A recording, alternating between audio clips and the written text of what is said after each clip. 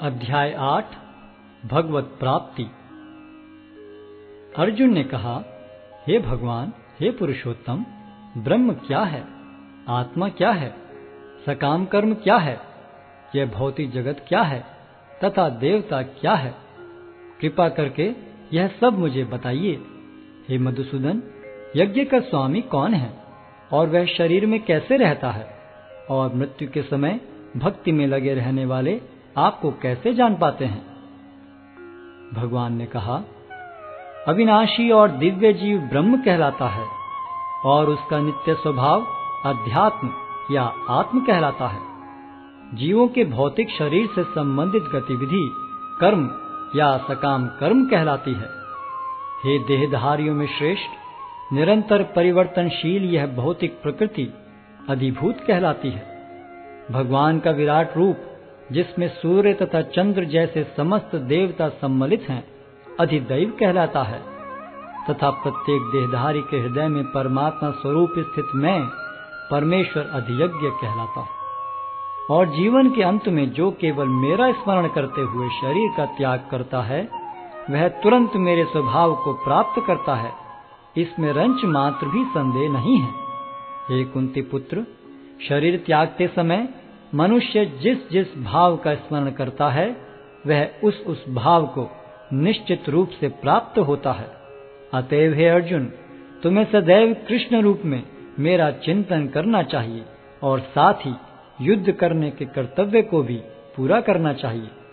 अपने कर्मों को मुझे समर्पित करके तथा अपने मन एवं बुद्धि को मुझ में स्थिर करके तुम निश्चित रूप से मुझे प्राप्त कर सकोगे।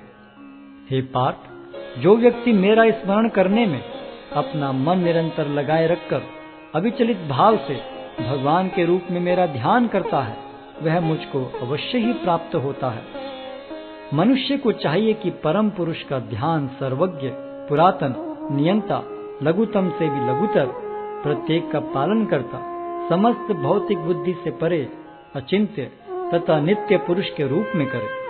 वे सूर्य की भांति तेजवान हैं और इस भौतिक प्रकृति से परे दिव्य रूप हैं। मृत्यु के समय जो व्यक्ति अपने प्राण को भवों के मध्य स्थिर कर लेता है और योग शक्ति के द्वारा अविचलित मन से पूर्ण भक्ति के साथ परमेश्वर के स्मरण में अपने को लगाता है, वह निश्चित रूप से भगवान को प्राप्त होता है।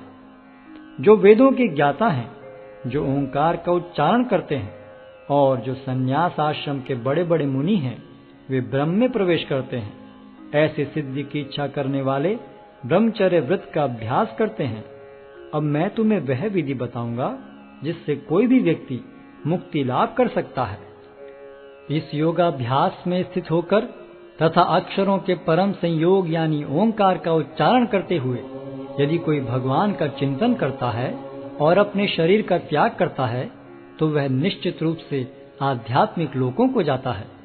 हे अर्जुन, जो अनन्य भाव से निरंतर मेरा स्मरण करता है, उसके लिए मैं सुलभ हूँ, क्योंकि वह मेरी भक्ति में प्रवृत्त रहता है। मुझे प्राप्त करके महापुरुष जो भक्ति योगी हैं, कभी भी दुखों से पूर्ण इस अनित्य जगत में नहीं लौटते, क्योंकि उन्हें परम सिद्धि प्राप्त हो चुकी होती है। इस जगत में सर्वोच्च लोक से लेकर निम्नतर सारे लोक दुखों के घर हैं, जहाँ जन्म तथा मरण का चक्कर लगा रहता है। किंतु हे कुंती पुत्र, जो मेरे धाम को प्राप्त कर लेता है, वह फिर कभी जन्म नहीं लेता। मानवीय गणना के अनुसार 1000 युग मिलकर ब्रह्मा का एक दिन बनता है और इतनी ही बड़ी ब्रह्मा की रात्रि भी होती है। ब्रह्मा के दिन के शुभारंभ में सारे जीव अव्यक्त अवस्था से व्यक्त होते हैं और फिर जब रात्रि आती है तो वे पुनः अव्यक्त में विलीन हो जाते हैं। जब जब ब्रह्मा का दिन आता है तो सारे जीव प्रकट होते हैं और ब्रह्मा की रात्रि होते ही असहायवत विलीन हो जाते हैं। इसके अतिरिक्त एक अन्य अव्यक्त प्रकृति है जो शाश्वत है और इस व्यक्त तथा अव्यक्त पदार्थ से परे है। यह परा और कभी नाश न होने वाली है। जब इस संसार का सब कुछ लय हो जाता है, तब भी उसका नाश नहीं होता। जिसे वेदांती अप्रकट तथा अविनाशी बताते हैं, जो परम गंतव्य है, जिसे प्राप्त कर लेने पर कोई वापस नहीं आता, वही मेरा परम धाम है। भगवान जो सबसे महान है, अनन्य भक्ति द्वारा ही प्राप्त किए जा सकते हैं। यद्यपि वे अपने धाम में विराजमान रहते हैं, तो भी वे सर्वव्यापी हैं और उनमें सब कुछ स्थित है। हे भरत श्रेष्ठ, अब मैं तुम्हें उन विभिन्न कालों को बताऊंगा जिनमें इस संसार से प्रयाण करने के बाद योगी पुनः आता है अथवा नहीं आता। जो पर ब्रह्म के ज्ञाता हैं, वे अग्निदेव के प्रभाव में, प्रकाश में, दिन के शुभ क्षण में, शुक्ल पक्ष में या जब सूर्य उत्तरायण में रहता है, उन 6 मासों में इस संसार से शरीर त्याग करने पर उस पर ब्रह्म को प्राप्त करते हैं। जो योगी धुएं, रात्रि, कृष्ण पक्ष में या सूर्य के दक्षिणायन रहने के 6 महीनों में दिवंगत होता है, वह चंद्रलोक को जाता है, किंतु वहां से पुनः चला आता है। वैदिक मतानुसार इस संसार से प्रयाण करने के 2 मार्ग हैं, एक प्रकाश का तथा दूसरा अंधकार का। जब मनुष्य प्रकाश के मार्ग से जाता है तो वह वापस नहीं आता, किंतु अंधकार के मार्ग से जाने वाला पुनः लौट कर आता है। हे अर्जुन, यद्यपि भक्तगण इन दोनों मार्गों को जानते हैं, किंतु वे मोहग्रस्त नहीं होते, अतः तुम भक्ति में सदैव स्थिर रहो। जो व्यक्ति भक्ति मार्ग स्वीकार करता है, वह वेदाध्ययन, तपस्या, दान, दार्शनिक तथा सकाम कर्म करने से प्राप्त होने वाले फलों से वंचित नहीं होता।